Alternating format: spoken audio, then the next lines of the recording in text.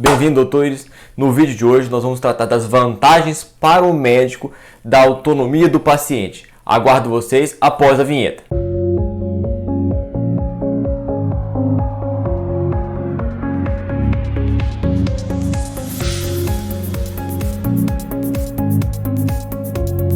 Para quem não me conhece, meu nome é Thiago Mundim. Eu vou deixar aqui em cima um link de um vídeo que eu explico um pouco sobre o canal e um pouco sobre mim. Como todo mundo sabe, houve uma grande evolução na relação entre o médico e o paciente. Inicialmente, a relação entre o médico e o paciente era marcada por uma visão paternalista, em que o paciente, quando entrava no consultório médico, ele praticamente abdicava de toda a sua autonomia e toda a sua capacidade de decidir sobre o próprio corpo. Ou entregava ao médico todo o poder de decisão sobre sua saúde. A opção de tratamento pelo médico preponderava sobre a vontade do paciente. A virada de chave veio com o Código de Nuremberg, que foi a primeira resposta ético-jurídica para as intervenções médicas no paciente não autorizadas. Ele surgiu no contexto do julgamento dos médicos nazistas por todas aquelas práticas que foram feitas nos seus prisioneiros. Desde então, os ordenamentos jurídicos dos mais diversos países passou a prever expressamente a autonomia do paciente. A autonomia do paciente se tornou um limite entre a autonomia do médico e o arbítrio do profissional. São temas muito próximos: a autonomia do paciente, o dever de informar, que visa municiar o paciente de todos aqueles dados para ele refletir e tomar uma escolha. Também nós temos o termo do consentimento informado, que é o registro documentado ou não da manifestação de vontade da autonomia do paciente. E ainda temos a diretiva antecipada de vontade, que também é o registro documental ou não da manifestação de vontade do paciente, mas sobre uma situação futura em que ele não vai poder expressar sua vontade. Para ficar bem claro, a diferença do termo de consentimento informado e as diretivas antecipadas é o momento. No termo de consentimento, a situação já existe e o paciente vai deliberar e manifestar sua vontade ali. Na diretiva antecipada de vontade, a situação pode vir a acontecer e o paciente já diz o que o médico deve atuar. Mas como esses temas são muito importantes, eu estou só pincelando eles aqui e eu vou abordar cada um deles em um vídeo separado, tá? Mas é importante dizer essa conexão, que todos eles, tanto o termo de consentimento informado, a diretiva antecipada e o dever de informar, gravita ao redor da autonomia e da vontade do paciente.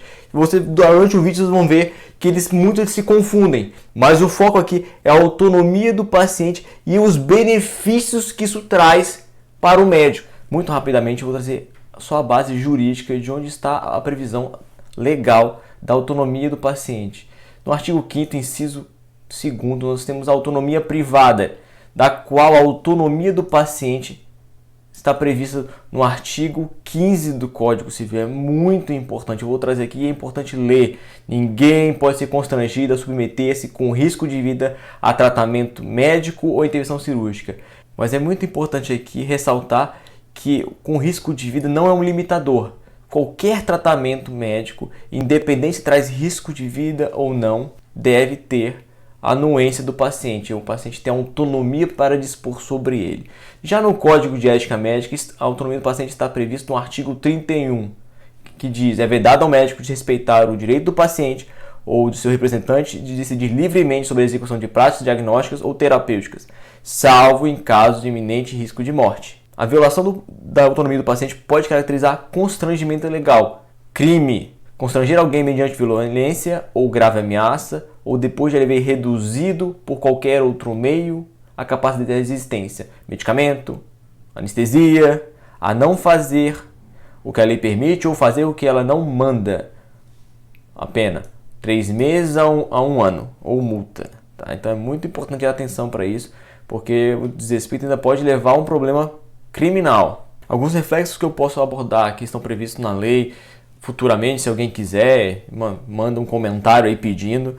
Posso dizer a transfusão de sangue, testemunho de Jeová, que é uma coisa que veio muito à tona, muito comentado durante o tempo, e a doação de órgãos. Muito se fala sobre a autonomia do paciente, mas o que vem a ser autonomia? Autonomia é o autogoverno, autodeterminação, é aquela possibilidade de tomar de decisões de acordo com as próprias convicções, livres de vícios da vontade, como coação, e indução ao erro, que pode ser pelo paciente, que ele tem uma falsa percepção da realidade, ou induzido pelo profissional. Mas é importante relembrar que o paciente deve estar na plena capacidade de compreensão da situação ao seu redor. A autonomia anda de mãos dadas com o princípio da beneficência, que impõe ao médico sempre buscar o melhor para o paciente. Mas o melhor para o paciente é um conceito muito vago, que ele só pode ser densificado, explicado, só o paciente pode dizer o que é melhor para ele. Desse modo, a autonomia permite o melhor interesse quando ele conjuga os valores e as crenças próprias do paciente com os dados trazidos pela medicina para cada situação. A inserção da autonomia do paciente acarretou uma grande mudança no papel do médico, que antes era salvar vidas a qualquer custo. Passou a atribuir ao paciente o poder de decisão, mas também trouxe a parcela da responsabilidade sobre as decisões e as consequências. Mas será que não existem exceções à autonomia do paciente? Sim, existem, claro. A primeira delas é quando o paciente não pode manifestar sua vontade, seja porque está desacordado ou porque ele está em um estado mental que ele é incapaz de compreender a situação, seja de pânico, acesso de pânico, alguma coisa assim. E aí, nesse caso, o médico tem que tomar a frente e decidir pelo paciente. Ou também naqueles casos que não é possível encontrar os parentes, algum representante legal, pode manifestar a vontade em lugar do paciente. E também naquelas situações de emergência e urgência com risco de morte e que o paciente não pode manifestar sua vontade, que a urgência impõe o atendimento imediato. Mas é importante lembrar que a autonomia do paciente permite que ele não só escolha, tem o direito de decidir qual o tratamento, mas também se não vai ser tratado.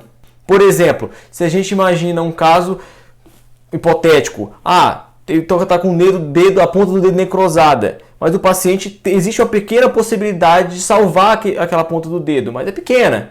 Mas o paciente se agarra àquela esperança de salvar. E o médico sabe, olha, se não cortar agora, pode ter que cortar logo ali na frente na mão, a mão inteira. Mas o paciente decide que vai aguardar para ver se agarrar àquela esperança de salvar a ponta do dedo. O médico não pode intervir, não pode atuar e escolher pelo paciente. Tem que aguardar, porque o risco vai ser assumido pelo paciente. Claro, é importante documentar isso, muito importante isso. Tá achando que é exagero da minha parte inventando isso? Não, vou trazer um caso prático que isso aconteceu. Vou mostrar a decisão. Nesse caso, o Tribunal de Justiça do Rio Grande do Sul se tratava de um caso de uma pessoa com um pé necrosado que se negava a amputar. O Ministério Público entrou para obrigar que fosse amputado para salvar a vida da pessoa. Vamos lá. Se o paciente com um pé necrosado se nega à amputação, preferindo, conforme laudo psicológico, morrer para aliviar o sofrimento e conforme laudo psiquiátrico se encontra em pleno gozo das faculdades mentais, o Estado, através do Ministério Público, não pode invadir o seu corpo e realizar a cirurgia mutilatória contra a sua vontade. Autonomia do paciente, mesmo que seja por motivo nobre de salvar a sua vida. Olha a dimensão disso, a força da autonomia do paciente. Prosseguindo, o direito à vida garantido no artigo 5º, caput, deve ser combinado com o princípio da dignidade da pessoa humana, previsto no artigo 2º, inciso 3º, ambos da Constituição Federal. Isto é, a vida com dignidade ou razoável qualidade. A Constituição institui o direito à vida, não o dever à vida, razão pela qual não se admite que o paciente seja obrigado a submeter tratamento ou cirurgia, máxime quando mutilatória.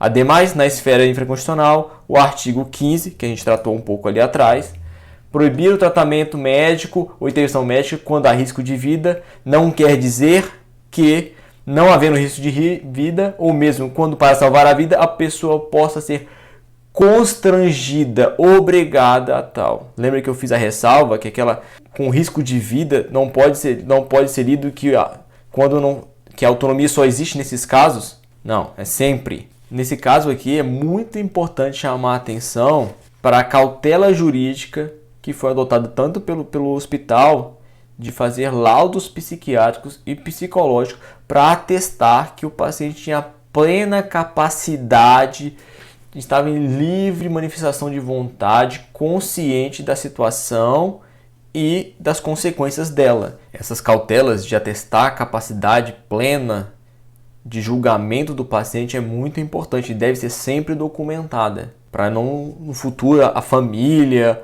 ou outros parentes, ou mesmo o Ministério Público, entendendo diferente, venha processar o médico falando que, olha, o médico não deveria ter concordado com a vontade do paciente porque ele não tinha plena capacidade de compreender a situação que ele se encontrava e decidir. Nesse caso, a autonomia estava viciada e logo a autonomia e a vontade estavam viciados. Logo, o médico deveria ter agido de pronto, sempre salvando a vida.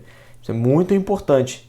Pode livrar o médico até de um homicídio culposo. Assim, não restam dúvidas que essa mudança na relação médico-paciente, de um modelo paternalista para um centrado na autonomia do paciente, trouxe alguns complicadores na dinâmica interna do consultório, na tomada de decisões.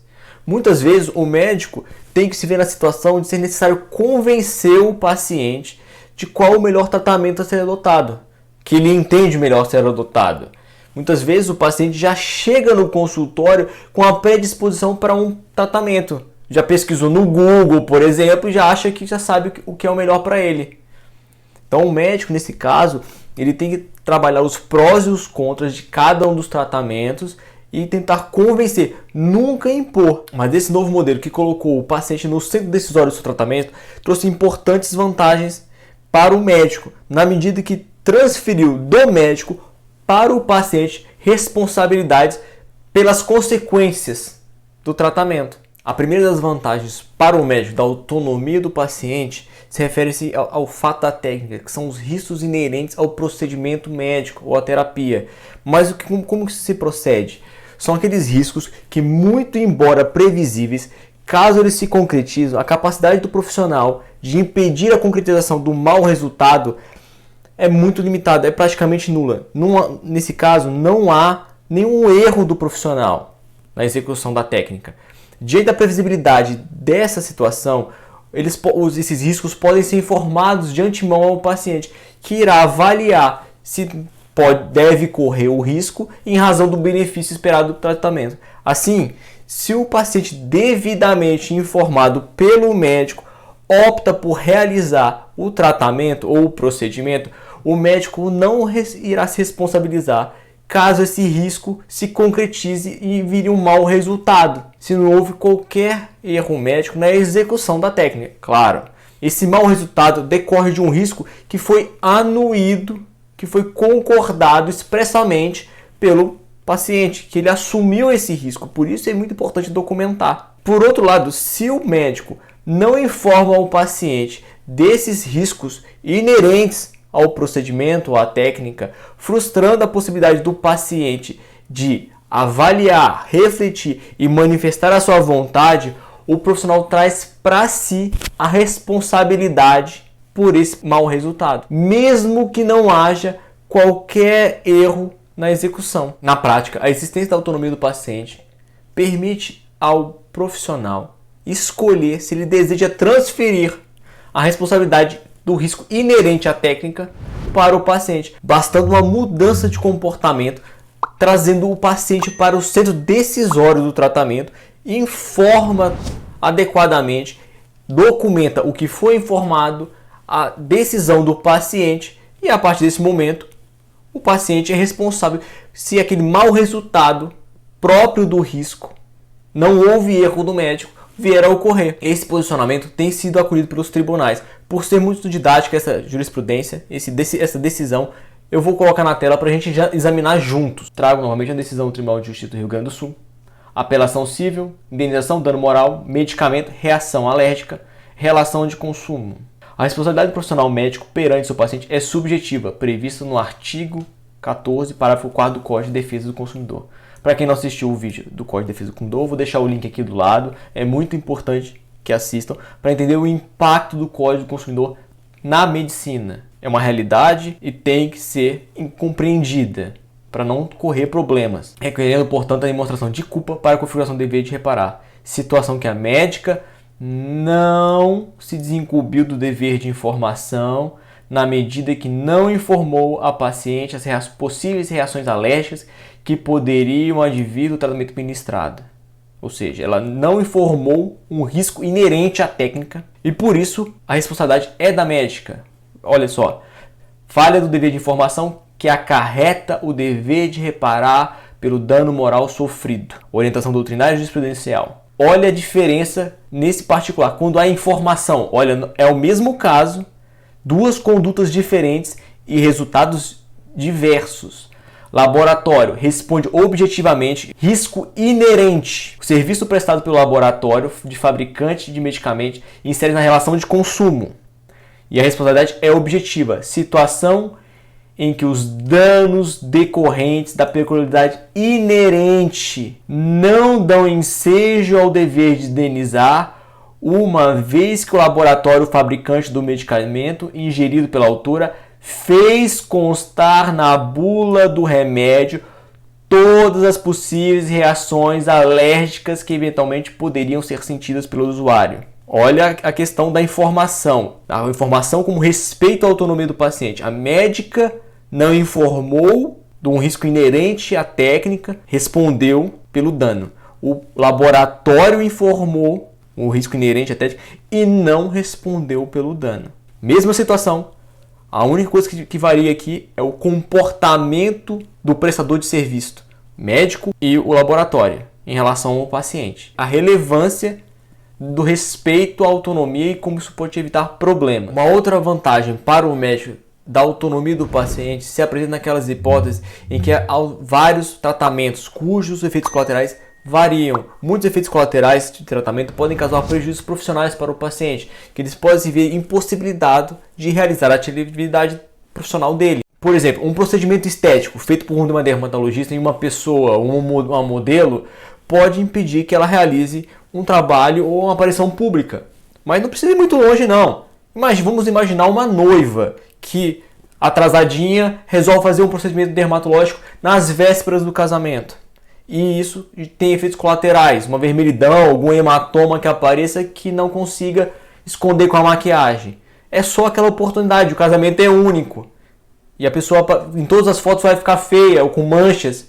Isso pode gerar um dano moral. Então é muito importante que o médico nesse momento informe ao paciente. Então, havendo várias alternativas de tratamento ou procedimentos razoáveis para aquela mesma questão, o médico deve esclarecer muito bem sobre todos os efeitos colaterais, permitindo que o paciente escolha qual deles ele quer suportar ou melhor se adapta ao seu cotidiano diário, ou sua vida profissional. Caso o paciente não seja informado das alternativas de tratamento para o seu caso e os respectivos efeitos colaterais, o médico poderá ser responsabilizado por os prejuízos que o paciente vier a sofrer em razão da perda daquela oportunidade, seja profissional, seja a questão do casamento, de uma festa importante que ele não poderia deixar de ir, ou as fotos que ele iria tirar, seja de uma viagem contratada. Como o paciente não foi informado, ele não vai poder escolher uma outra alternativa que não lhe privaria dessa oportunidade. Assim, sendo o paciente informado das alternativas de tratamento e os respectivos efeitos colaterais, o paciente se torna responsável pelas consequências da sua escolha. Como se nota, a autonomia do paciente deu a ele o poder de direção e escolha no âmbito da sua saúde, mas transferiu para ele a responsabilidade pelas consequências das suas próprias escolhas, o que aliviou o médico de todo esse encargo. Então, o meu objetivo aqui foi mostrar a importância que os tribunais têm atribuído para a autonomia do paciente, bem como e principalmente as vantagens para o médico em respeitar a autonomia, na medida que há uma transferência de muita responsabilidade do médico para o paciente. Por fim, é importante relembrar que esse vídeo tem natureza educativa, visa levar informação para o médico para que ele evite problemas na sua atuação diária. Se surgir algum, procure o seu advogado o mais rápido possível, porque no direito também prevenir é o melhor remédio. Se esse conteúdo te auxiliou, deixa seu like, compartilhe com os demais colegas para auxiliá-los também, para evitar que eles cometam erros. Fique à vontade para deixar nos comentários sugestões de novos temas, inscreva-se no canal, acione o sininho para receber novas notificações dos próximos vídeos. Inscreva-se no Instagram também, que lá eu sempre publico uma story informando quando novos vídeos são publicados. Obrigado pela audiência e até a próxima.